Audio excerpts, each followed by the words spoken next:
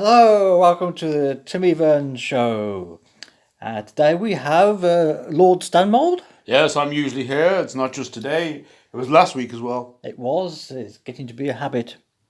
Or a professional contract. That too. Okay, so today we're going to talk about the civil service, Yes, we are. in particular their interview technique, Yes. which has come to fire because they require their interviewees to wear live snake ties. Now, do you think this is a step in the right direction? Yes, I think it's a step in the right direction.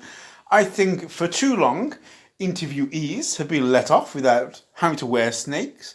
A civil servant needs to be a grand generalist. They need to be able to turn their hand to everything.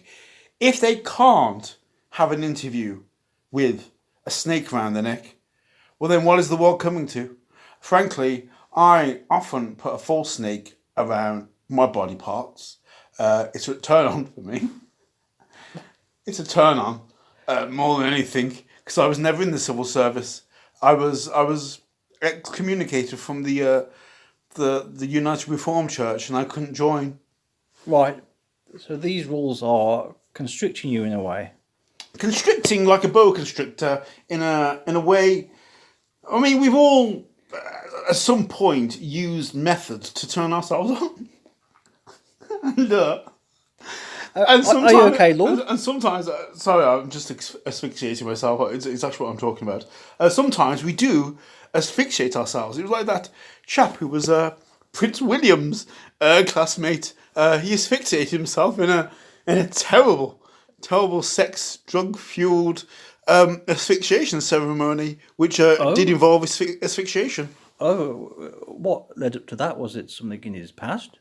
I think it was sexual prompting. Right. And did he write a note before he did it? I think he spaffed all over the floor. Right. Well, that was unfortunate, but the civil service is taking over with these rules everywhere. Do you think we can escape? No, I don't think. I don't think we can escape. No, I think this is the future for all of us.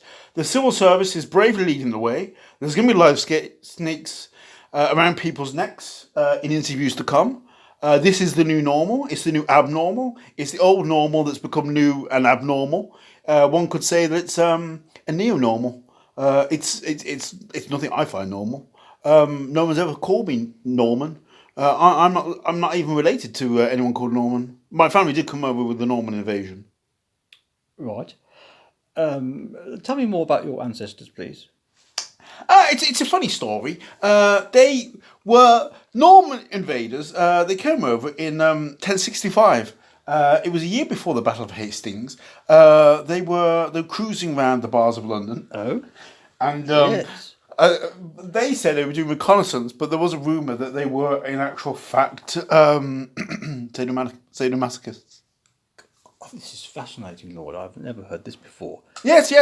It's a very little known history that I myself concocted.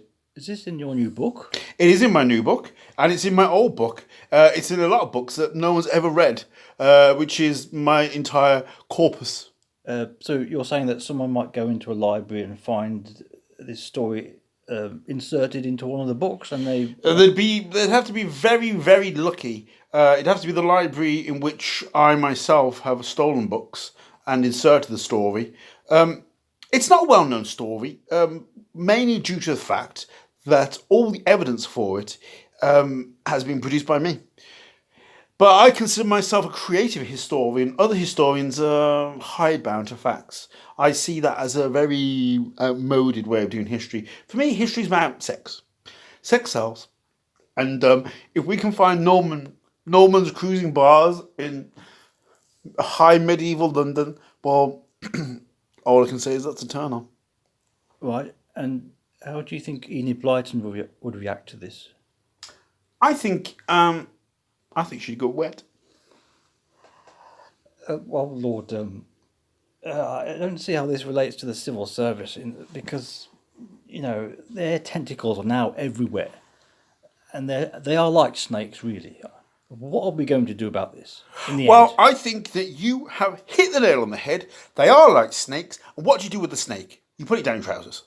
And if we put the civil service down the trousers of the Constitution, who knows, at the end of the day, we might be able to button up a high-ranking civil servant as a nice handkerchief. Right, okay. And do you have any nice handkerchiefs? I have a lovely handkerchief which I'm currently using for the chaffing I get between my legs. Right, Lord. I don't know what to say about that thing in the window. What is that? It's the ghost of Jimmy Savile. Oh, I'm gonna rape you all.